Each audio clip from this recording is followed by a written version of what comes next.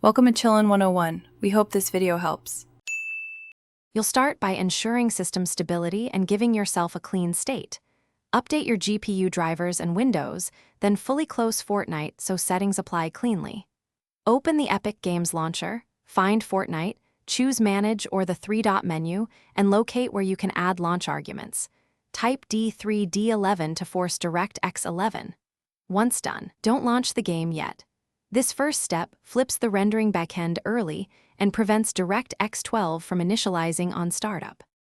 Now start Fortnite and go straight to Settings, then Video.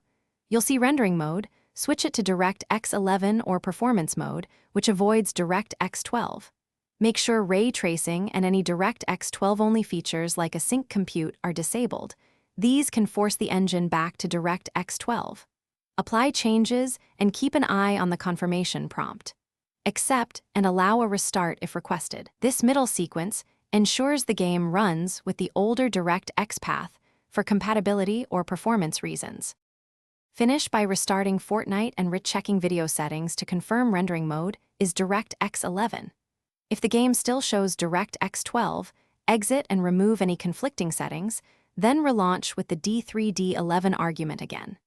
If you experience crashes or instability, remove the launch flag and update or roll back GPU drivers as needed. Driver mismatches commonly cause problems. Make sure Windows updates are applied, and only then reattempt.